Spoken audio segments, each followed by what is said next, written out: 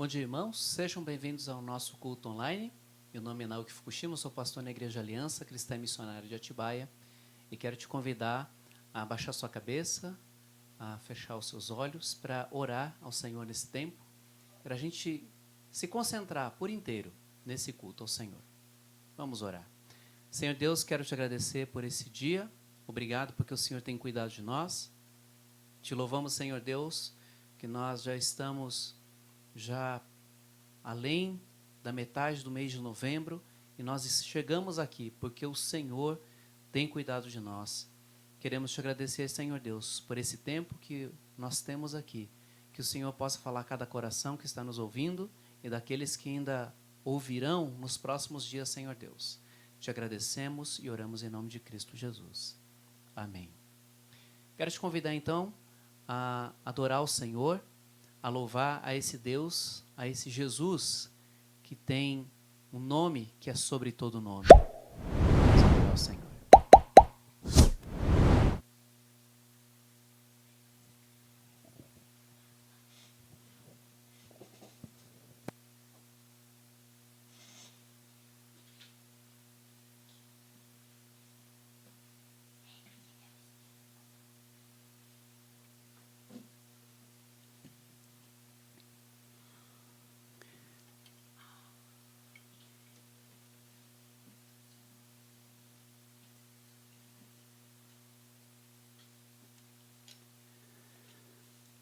Nós louvamos ao Deus que na pessoa de Cristo veio a este mundo, se tornou homem para se revelar a nós. E é esse Deus que nós vamos adorar nessa manhã.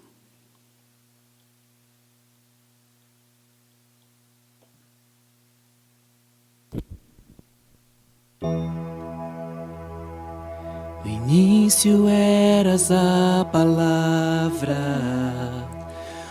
com Deus o Altíssimo,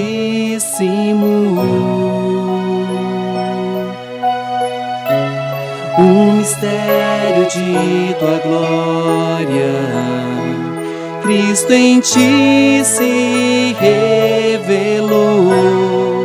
Oh, quão lindo esse nome é, oh, quão lindo esse nome é, o nome de Jesus, meu Rei.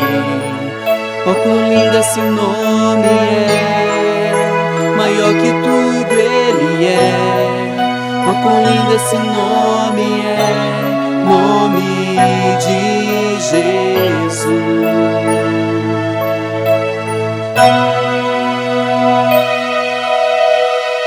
Deixou o céu para buscar-nos, veio para nos resgatar.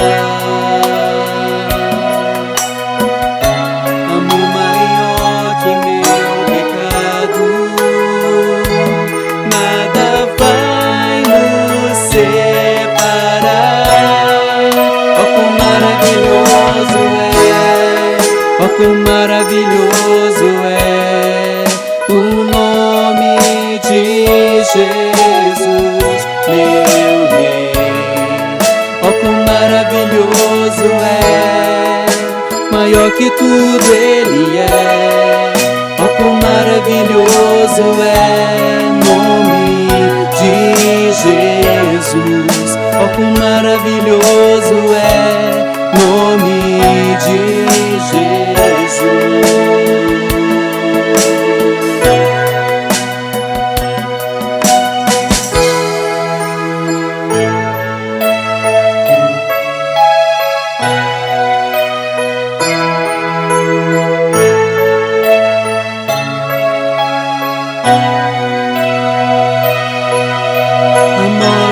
Venceste, o véu tu rompeste, a tumba vazia agora está. O céu te adora, proclama tua glória, pois ressuscitaste,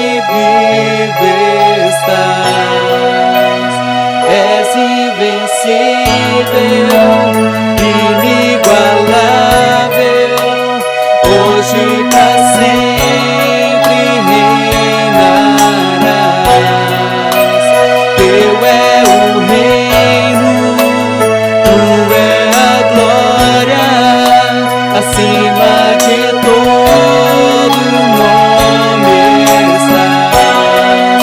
Poderoso esse nome é, poderoso esse nome é, o nome de Jesus, meu Rei.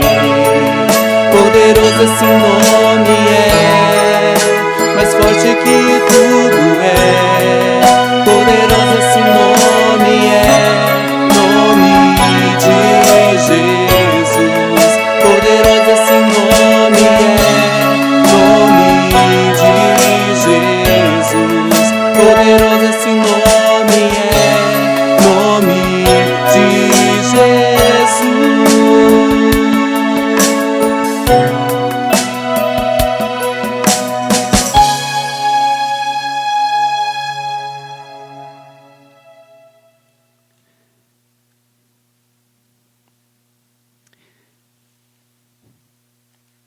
E Jesus, que se tornou homem,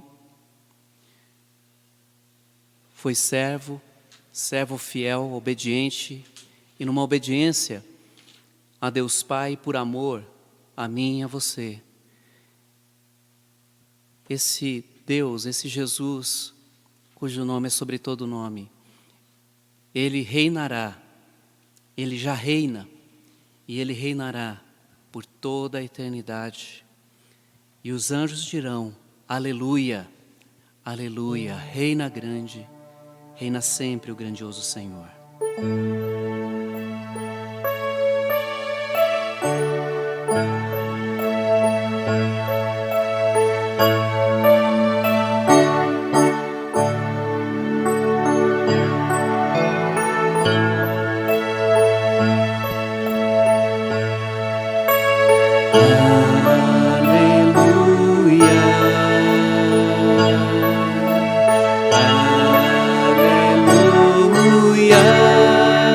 Reina sempre o grandioso Senhor.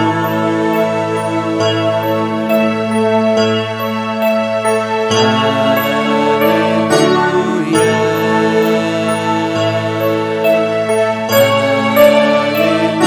aleluia, reina sempre o grandioso Senhor.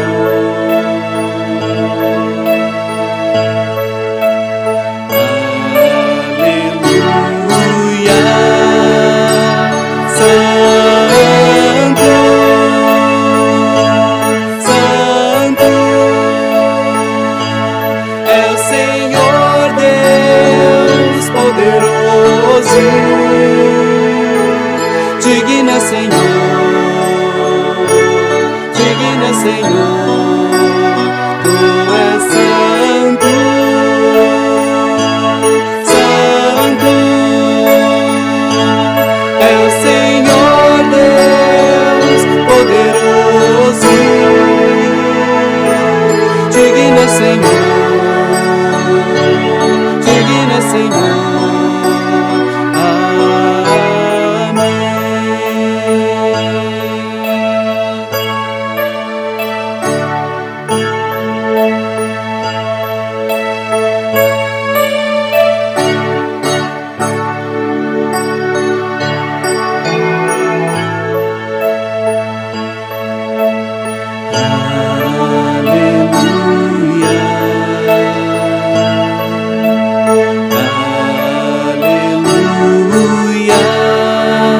Reina sempre o grandioso Senhor.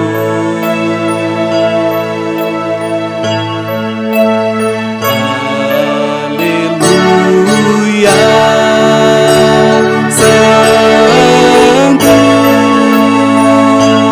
santo, é o Senhor Deus poderoso. Digna Senhor, Senhor, Tu és santo,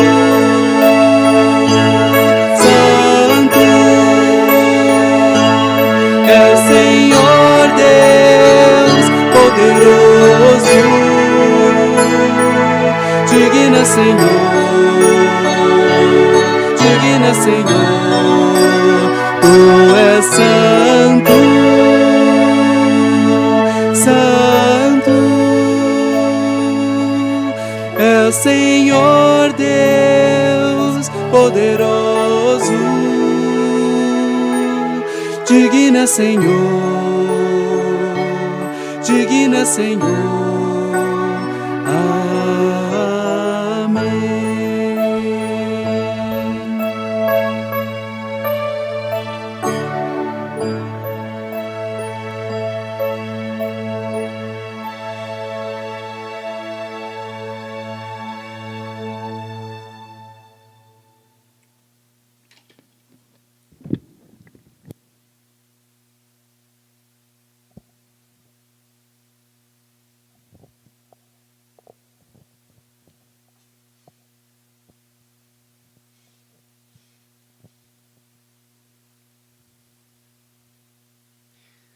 Digno é o Senhor. Eu não sei qual a sua expectativa sobre aquele dia em que Cristo voltará para buscar aqueles que nele confiaram. Eu só posso tentar imaginar como será aquele dia, mas até lá, nós precisamos continuar caminhando firmes com Deus. Nós estamos então na nossa última reflexão dessa série de novembro, a reflexão sobre esse tema, encontrando força na fraqueza. E hoje eu quero falar nessa última reflexão sobre justamente fraqueza e força. O nosso texto hoje está em 2 Coríntios, capítulo 12, versos 1 a 10. 2 Coríntios, capítulo 12, versos 1 a 10. E o nosso texto de hoje está num contexto bastante parecido com o nosso hoje, o atual. Bastante semelhante, onde tudo que poderia simbolizar força, que poderia simbolizar autoridade, superioridade, era hipervalorizado.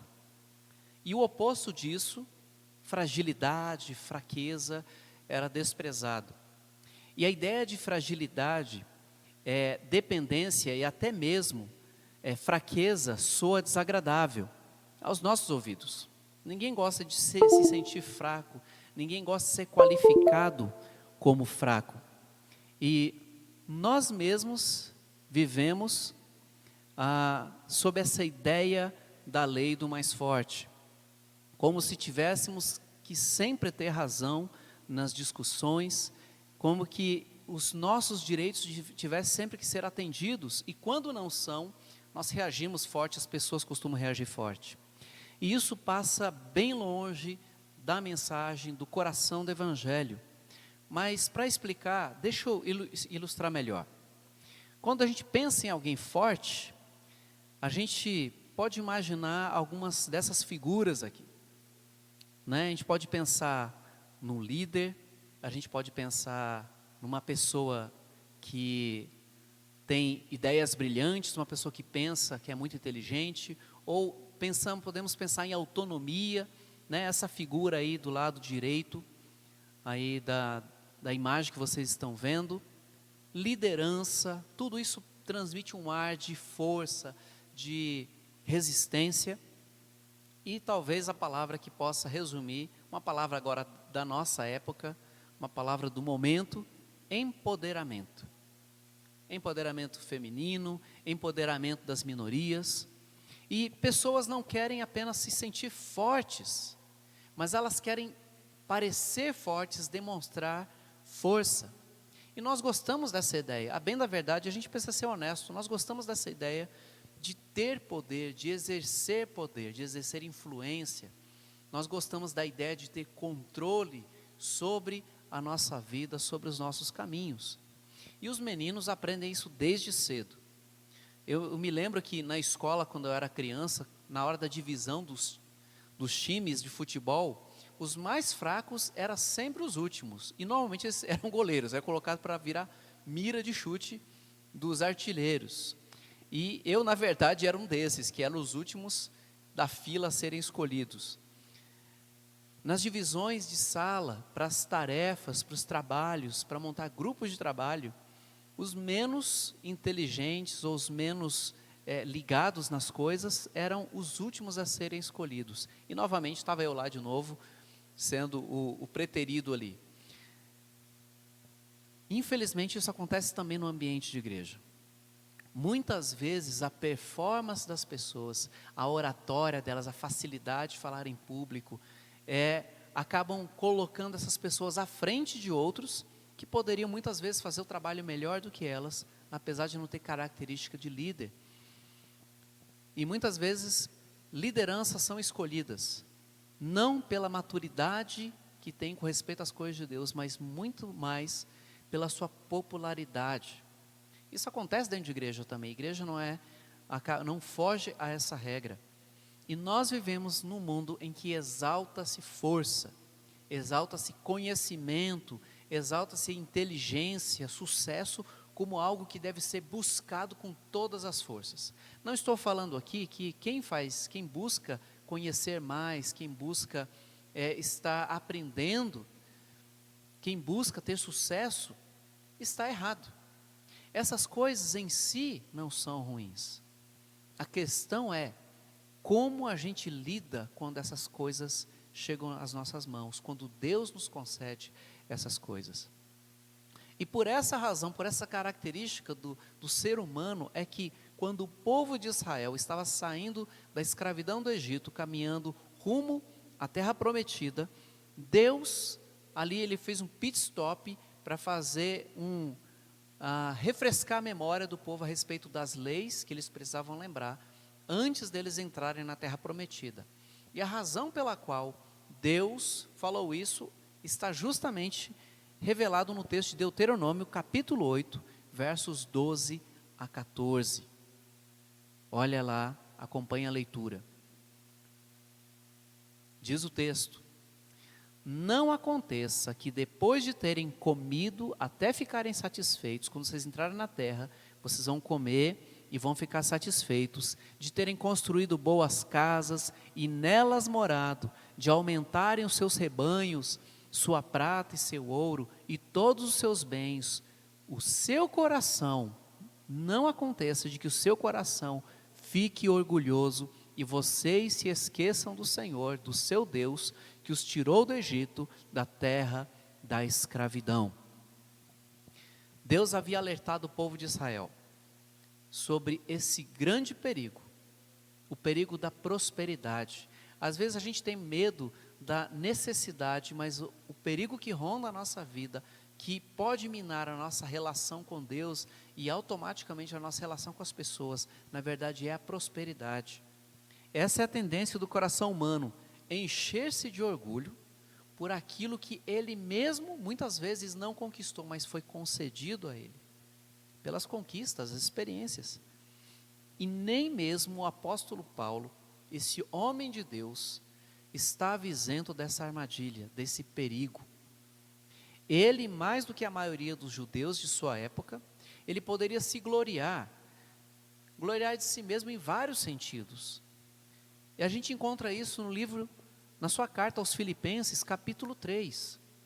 O apóstolo Paulo, o apóstolo de Cristo, o apóstolo Paulo, ele, em Filipenses capítulo 3, versos 5 e 6, ele fala, não com soberba, com quem estava contando vantagem, mas ele estava apenas apresentando o currículo dele e falando para aquela igreja: olha, eu poderia, se vocês acham que poderia se apoiar se vangloriar sobre alguma coisa que vocês têm ou são, mas eu ainda Paulo. Por quê? Paulo tinha uma origem, capítulo 3 de Filipenses, verso 5a, a primeira parte do verso 5.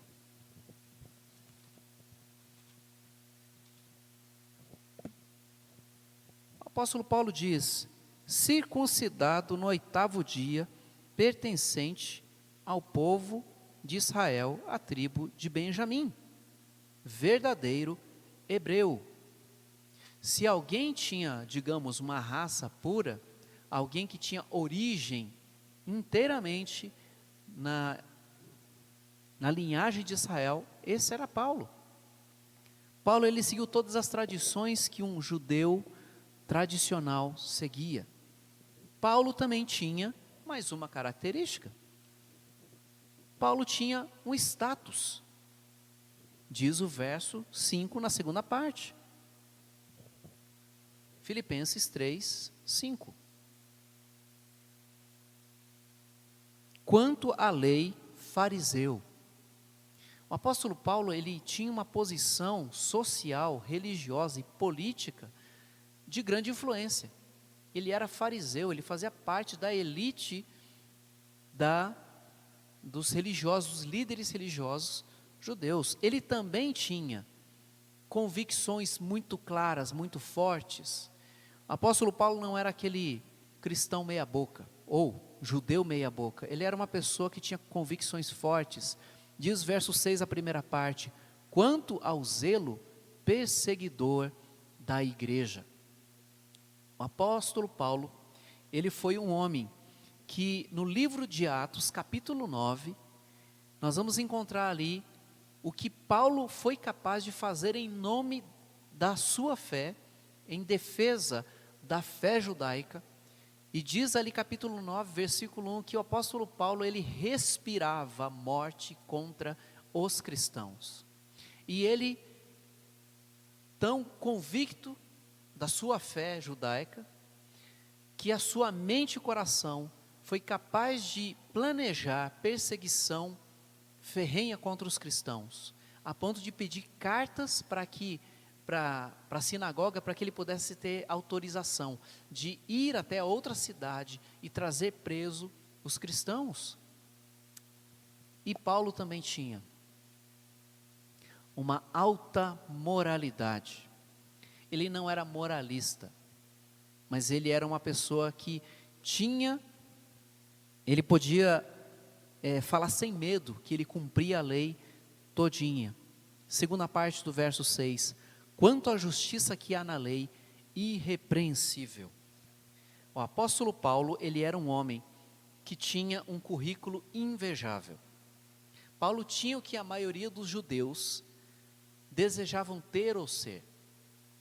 Até o momento em que ele percebeu que todo esse currículo dele, todo esse histórico que ele levava, não era suficiente para torná-lo justo diante de Deus.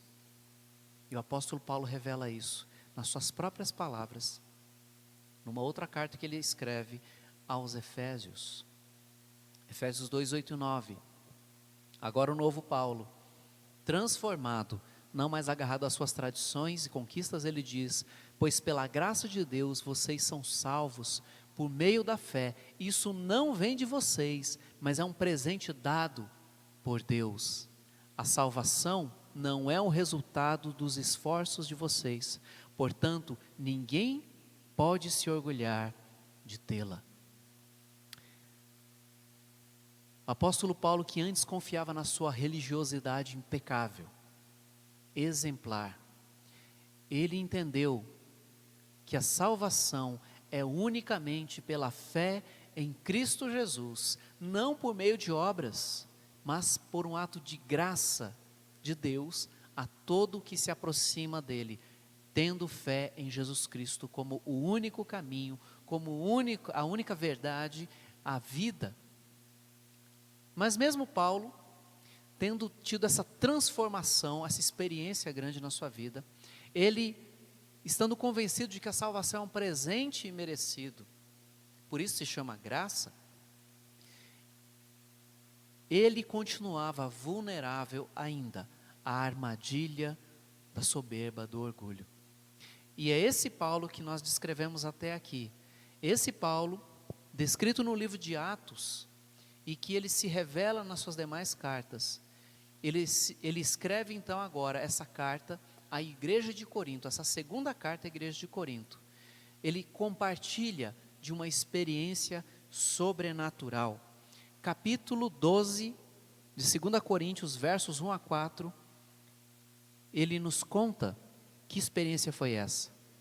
Diz assim: é necessário que eu continue a gloriar-me com isso. Ainda que eu não ganhe nada com isso, passarei as visões e revelações do Senhor. Conheço um homem em Cristo que há 14 anos foi arrebatado ao terceiro céu. Se foi no corpo ou fora do corpo, não sei, Deus o sabe. Eu sei que esse homem, se no corpo ou fora do corpo, não sei, mas Deus o sabe, foi arrebatado ao paraíso e ouviu coisas indizíveis, coisas que ao homem não é permitido falar. O apóstolo Paulo teve uma experiência sobrenatural, uma experiência tão grande, tão profunda, que ele não podia sequer compartilhar com pessoas.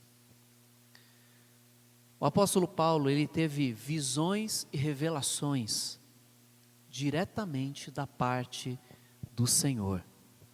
Mas pense comigo, ora, se Deus deu ao apóstolo Paulo o privilégio de uma experiência transcendental, uma experiência sobrenatural tão extraordinária assim, o que mais Deus não daria a ele?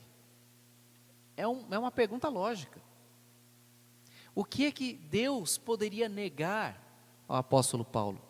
Um homem que antes era inimigo da igreja e que passou a viver integralmente, seguindo, deixou tudo para seguir a Cristo, que dedicou a sua vida para falar do reino de Deus, para abençoar pessoas, para levar esperança, para levar fé. Porque Deus não atenderia a um pedido seu, a um pedido do apóstolo Paulo? Essa é a lógica que muitos cristãos seguem, mas percebem que essa lógica é uma falácia, é um engano muito bem construído, porque quando eles se deparam com o não de Deus, pessoas que serviram integralmente a Deus e apoiam nas suas obras, apoiam na sua fidelidade, de que Deus vai dar tudo o que elas pedirem, literalmente tudo. Quando elas ouvem um não de Deus, elas ficam confusas, porque o apóstolo Paulo experimentou isso. Porque Deus, e vem aquelas questões, quando Deus diz não, oram para que Deus cure, oram para que Deus resolva uma situação, e quando não acontece, vem a pergunta: por que Deus não me curou, se eu tenho servido com lealdade, tenho cumprido o meu papel como cristão na minha igreja, tenho servido por tantos anos, não tenho faltado um domingo sequer, mesmo quando estou doente, eu vou à igreja, eu tenho servido a comunidade, eu tenho sido um bom pai, uma boa mãe, um bom filho. Por que isso está acontecendo? É uma pergunta legítima, porque nós não conseguimos ver além do que acontece próximo de nós. Essa é uma pergunta muito comum, especialmente quando isso nos leva a um estado de fragilidade, ou leva as nossas famílias a um estado de fragilidade. E nesses tempos de pandemia, essa é uma pergunta talvez muito frequente. Por que fulano, que fez tudo certo, ele que sempre foi um bom pai, um bom marido, um bom filho, um bom irmão, porque justamente ele foi contrair essa doença? E muitas famílias estão experimentando luto, ou enfermidade de algum parente próximo. Mas Deus conhece o nosso coração melhor do que nós mesmos. Deus vê o todo, nós enxergamos apenas parte do todo. Algumas vezes Deus vai curar, outras vezes Deus não vai curar. Algumas vezes Deus vai nos livrar do sofrimento, vai nos livrar da doença, do assalto, mas algumas vezes Deus não vai abrir as portas, como acreditamos que elas deveriam ser abertas. Paulo dedicou a sua vida para servir a Deus, para servir a Cristo, a causa do reino. Ele viu milagres, ele operou milagres por meio do poder de Deus na vida dele, e até ressuscitou um jovem, que no meio da sua pregação, Eutico, que estava ali assistindo, no livro de Atos, Eutico estava ouvindo a pregação do apóstolo Paulo, ele cochilou e caiu ali de cima da janela, lá do alto. O apóstolo Paulo foi até ele, orou, E esse jovem ressuscitou.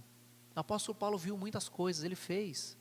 Além disso, ele plantou muitas igrejas, mais igrejas do que qualquer plantador hoje poderia imaginar conseguir.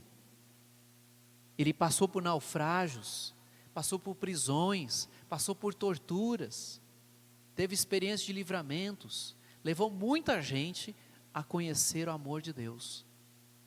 E de repente, esse grande homem de Deus, esse homem que faz parte da história da igreja cristã, diz o nosso texto, versículo 8, de 2 Coríntios 12.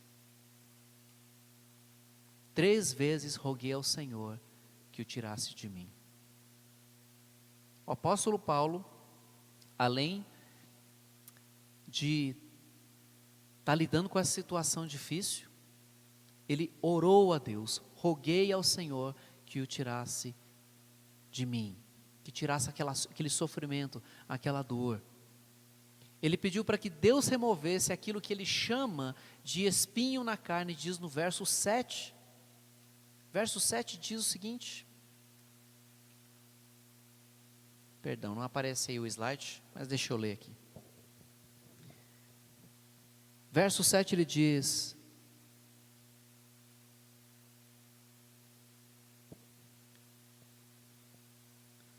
para impedir que me exaltasse por causa da grandeza dessas revelações, foi-me dado um espinho na carne, um mensageiro de Satanás para me atormentar.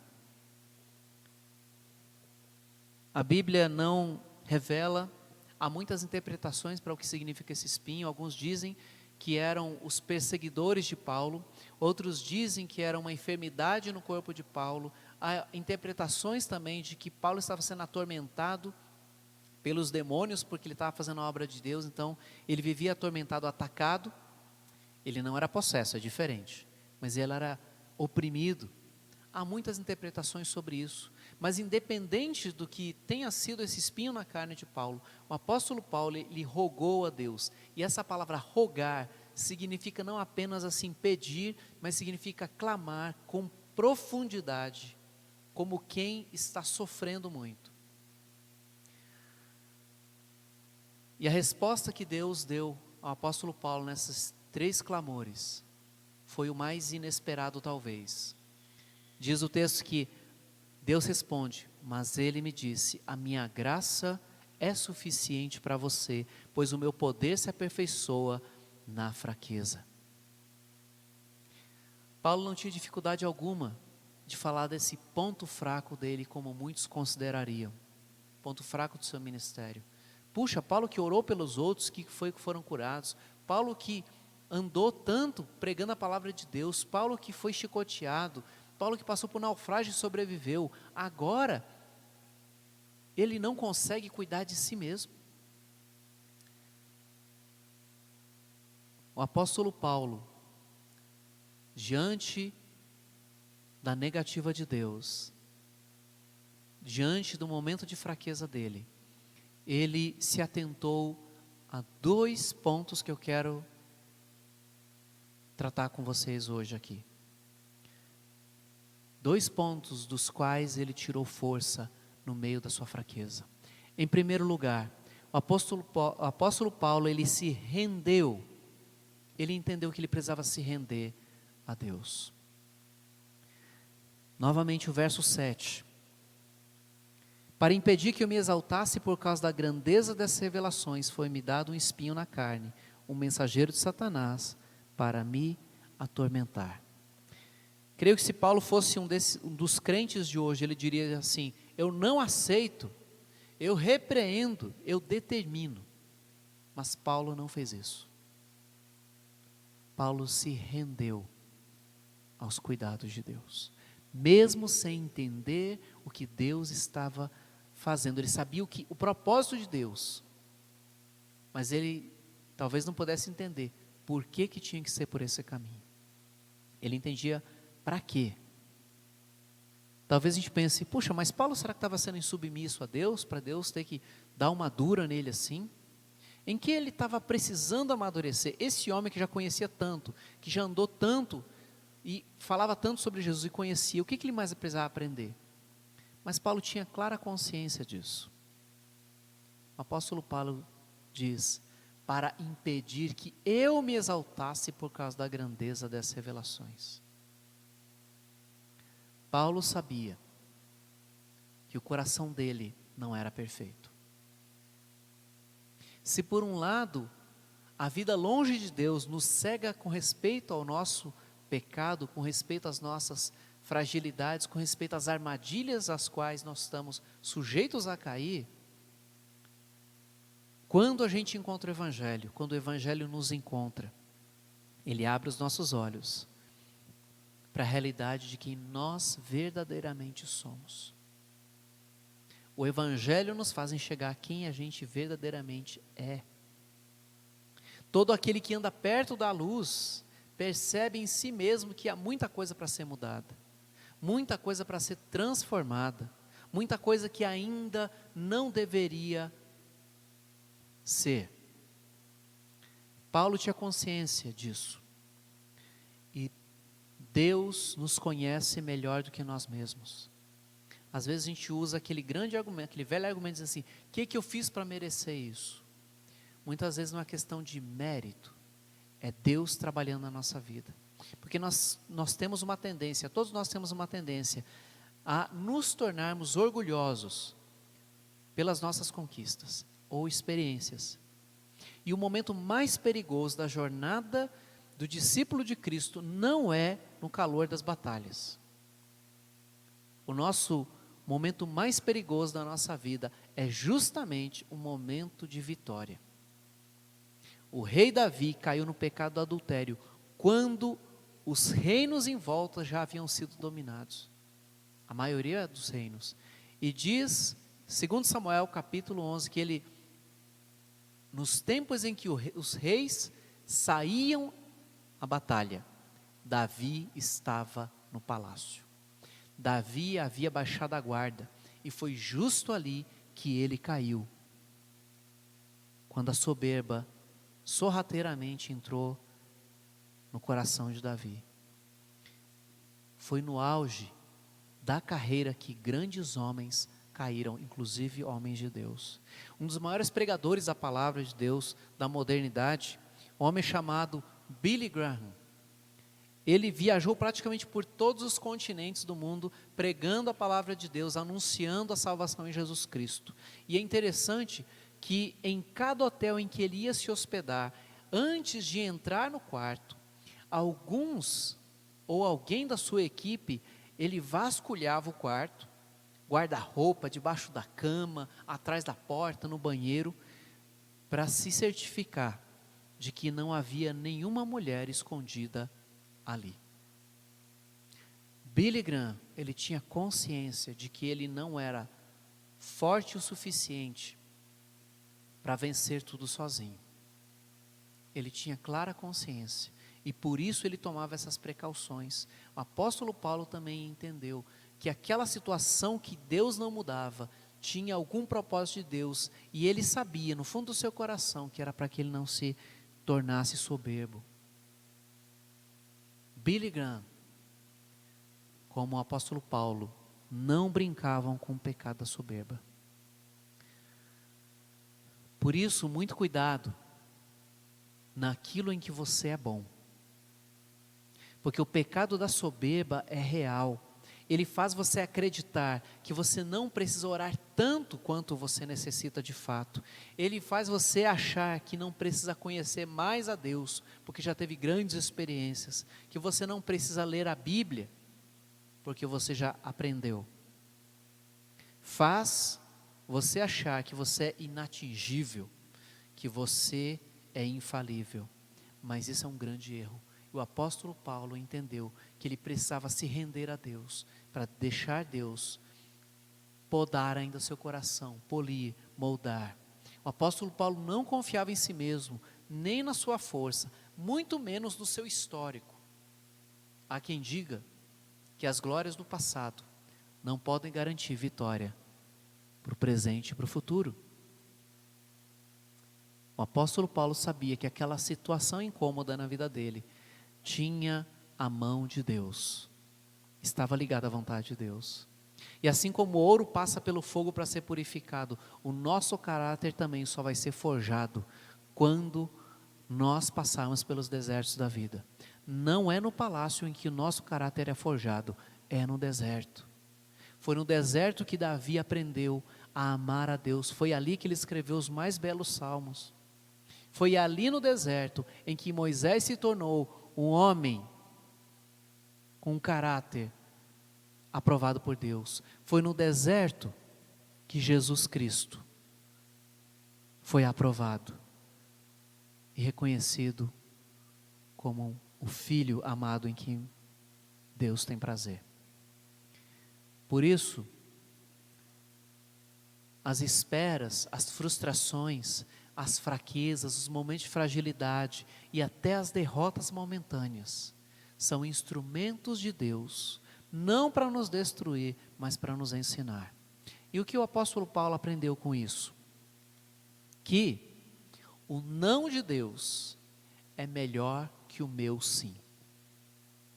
O não de Deus é melhor do que o meu sim. 2 Coríntios capítulo 12, verso 9 e 10, diz o seguinte: mas ele me disse, o apóstolo Paulo relatando, que Deus disse a ele: minha graça é suficiente para você, pois o meu poder se aperfeiçoa na fraqueza.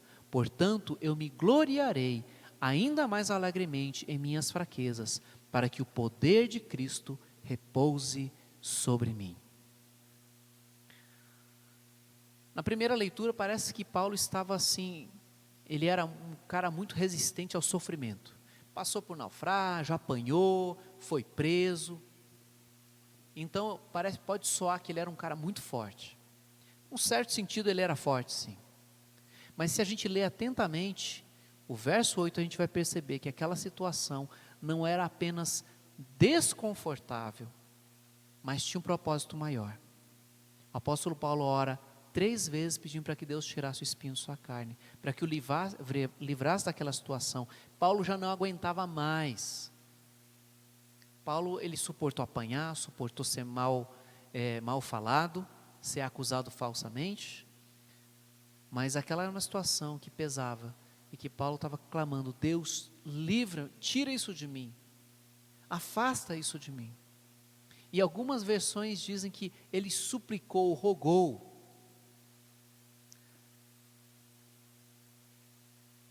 E esse espinho na carne, a palavra no grego, ele tem várias interpretações, vários significados, na verdade. Que tanto ele pode se referir a uma lasca de madeira, aquelas farpas, que você já teve farpa fincado no seu dedo,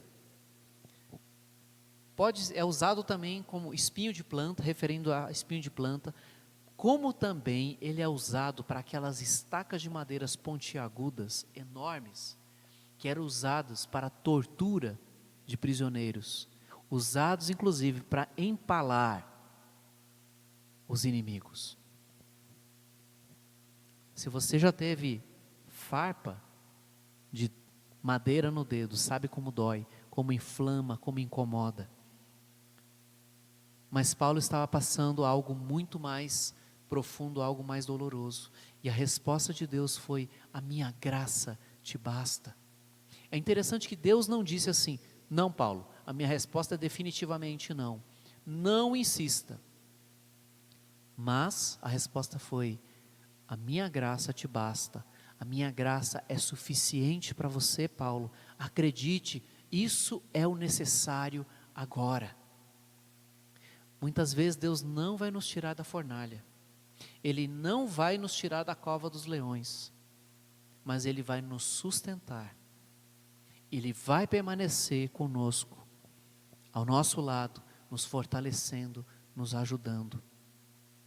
Uma missionária muito famosa, se você puder procurar na internet sobre a biografia dela e do marido dela, procure Elisabeth Elliot.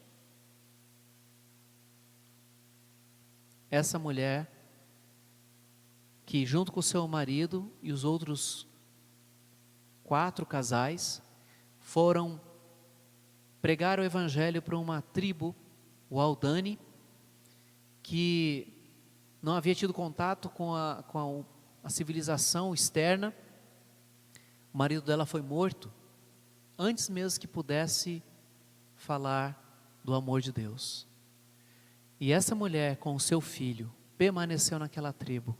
E durante a sua longa experiência, ela aprendeu preciosas lições, e uma delas foi essa. Eu percebi que as lições espirituais mais profundas não são aprendidas quando Deus nos deixa ter tudo o que queremos, mas quando Ele nos faz esperar, suportando-nos em amor e paciência, até que sejamos capazes de orar como Jesus ensinou seus discípulos a orar. Faça-se a tua vontade, assim na terra como no céu. A graça de Deus nos sustenta, supre, porque é justamente na nossa fragilidade, na nossa fraqueza, na nossa limitação, muitas vezes limitação emocional, limitação intelectual, limitação física e espiritual, é que a nossa dependência se torna verdadeira. A nossa dependência de Deus é ali onde Deus mais faz através de nós. Nada do que o apóstolo Paulo fazia era para se promover, para mostrar-se melhor que os outros, como alguns superapóstolos estavam tentando fazer. Eles humilhavam Paulo, eles perseguiam Paulo. Olha, Paulo, você fica aí mandando carta, fala como se fosse, né, a pessoa eloquente, a pessoa poderosa na palavra, mas presencialmente mesmo, você é um gatinho. Você fala como leão por meio das cartas, mas presencialmente você não tem toda essa aparência não. O apóstolo Paulo nunca fez para se promover, mas para promover o evangelho, para apontar para Jesus como o Salvador de todos que nele creem. Para Paulo, Jesus Cristo era quem importava ser visto. É Ele, Jesus Cristo, não a mim. Esse era o entendimento de Paulo. Paulo entendia que tudo começa com Jesus, tudo se sustenta por meio de Jesus e tudo se completa e subsiste por meio dele e para a glória dele. O apóstolo Paulo, na sua fraqueza, encontrou forças, porque ele deixou ser conduzido por Deus, mesmo quando a sua razão não podia acompanhar. Como se Deus estivesse falando para Paulo: Paulo, o que eu tenho a fazer não depende de você, mas de mim. Deus quer nos usar apesar de nós. As nossas fragilidades não podem ser vistas como um defeito, como algo que nós devemos nos envergonhar, mas sim como uma oportunidade de conhecer mais a Deus, de ser mais usado por Deus. Que Deus nos ajude a enxergar as nossas fraquezas como essa oportunidade de experimentar mais de Deus, como uma oportunidade de conhecer mais a Deus de forma limpa, genuína, de forma pura, como nós nunca o conhecemos até hoje. A força que você e eu precisamos encontrar só será encontrada em Deus e para a glória dele. Vamos orar. Pai, eu quero te agradecer, porque o Senhor, sendo Deus tão grande de amor, que no meio da nossa fraqueza, da nossa fragilidade, da nossa impotência, da nossa incompetência, tem o prazer de se revelar a nós, de nos dar a tua graça, que é suficiente. Por isso, Senhor Deus, no meio da tempestade, no meio das nossas fragilidades, ajude-nos, Senhor Deus, a olhar para Jesus Cristo, para aquele que não negou a sua própria vida, para nos dar vida. Eu oro em nome de Cristo. Amém. Nós vamos cantar a música tema da nossa série.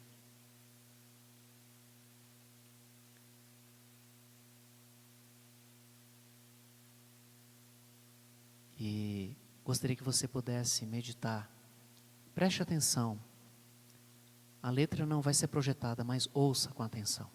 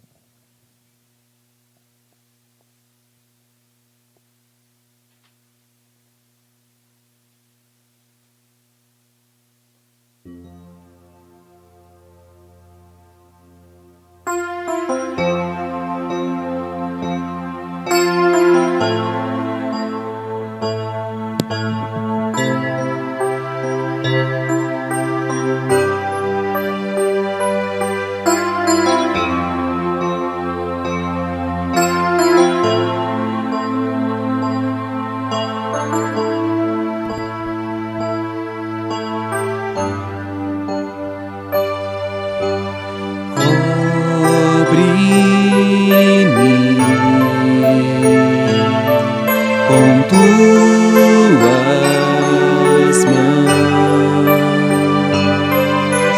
com poder, vem me esconder, Senhor.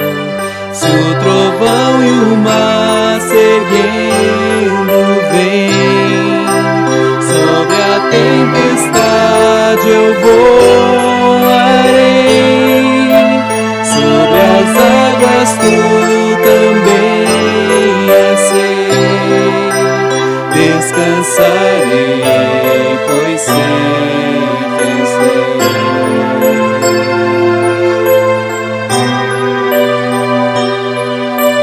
minha alma está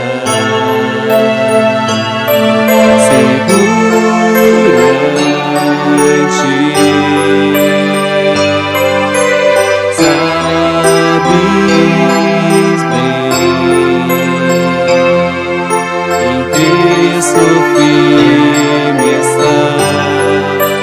Se o trovão e o mar se erguendo vem, sobre a tempestade eu voarei, sobre as águas tu também sei, descansarei, pois sei que és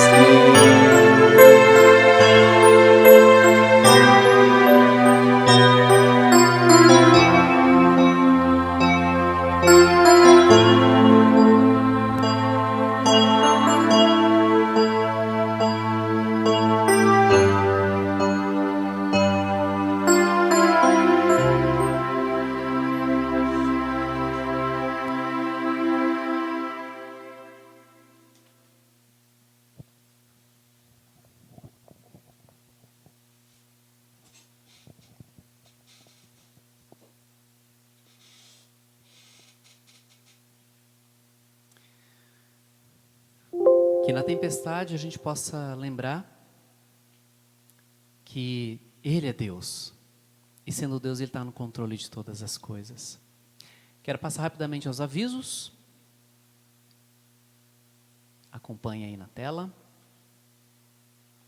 Opa.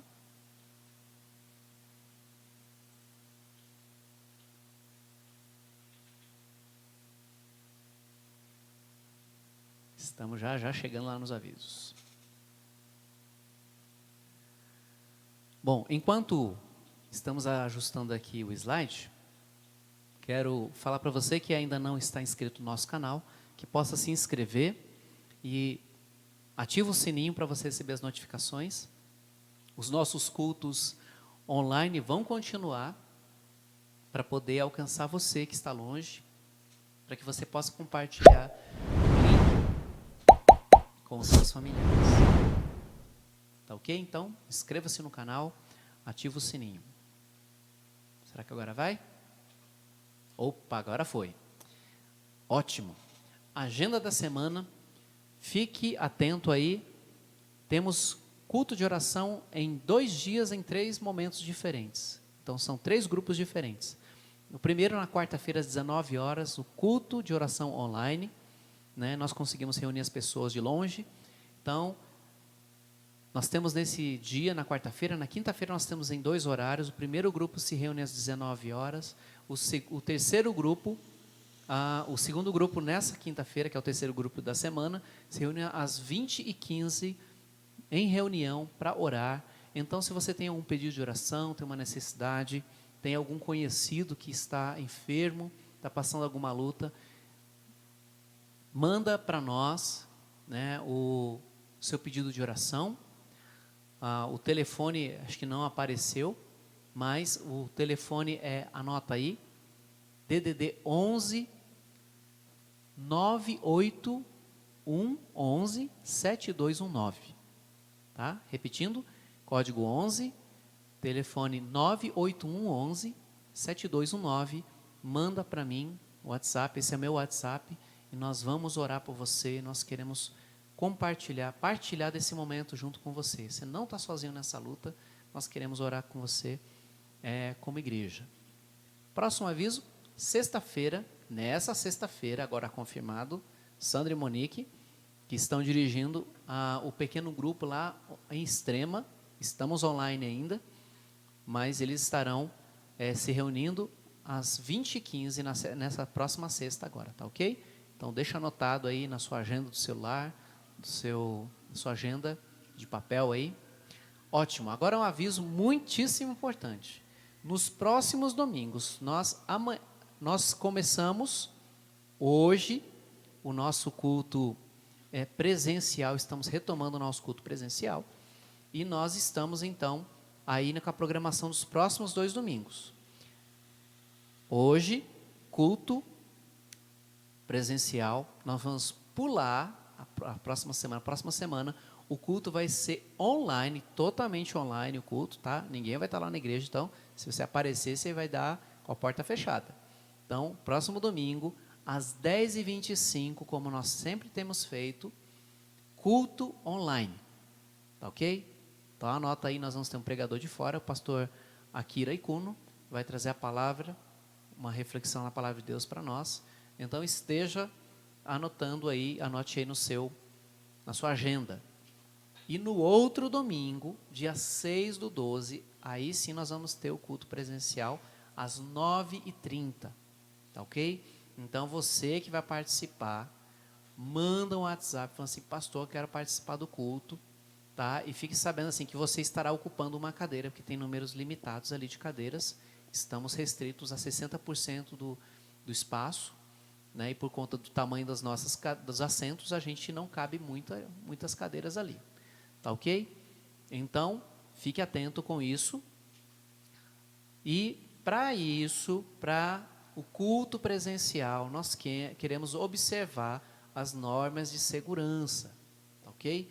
Então, tenha responsabilidade coletiva, não pense só na sua saúde, na saudade que você está da igreja, ou você querendo rever as pessoas, ou talvez conhecer, você que talvez vá aparecer pela primeira vez, mas tenha responsabilidade coletiva, tá? Pense nos outros. Por isso, nós estamos fazendo o quê? As pessoas que vão participar do culto precisam se inscrever previamente por WhatsApp ou telefone fixo. Telefone fixo é 4418-4160. 4418-4160. Se você quer participar, ou liga no fixo, ou manda um WhatsApp para mim. Fala assim: pastor, eu sou fulano, porque talvez você não esteja na minha lista de contato, eu quero participar. Também cuide de trazer máscara, fazer o uso do álcool gel e muita atenção aos sintomas da gripe. Dor de cabeça, tosse, febre, dor no corpo, né? Aquele espirro descontrolado, que é causado, coriza. Então, se você está com um desses sintomas, assista o culto em casa. Você não vai perder culto, com certeza haverá. Tá? E da parte ainda da norma de segurança, nós vamos medir sua temperatura e conferir o seu nome na lista de inscrição. Caso você chegue, puxa, pastor, eu esqueci de anotar. E aí você chega lá na igreja, você corre o risco de não ter lugar para você sentar, né? Por isso, garanta já sua vaga. Mas caso chegue visitantes, a gente sempre vai ter algum lugar reservado para quem está nos visitando pela primeira vez e não conseguiu se inscrever, tá bom? Nós vamos também disponibilizar álcool gel, tapete de desinfecção de calçado, higienização das salas, do salão, dos móveis.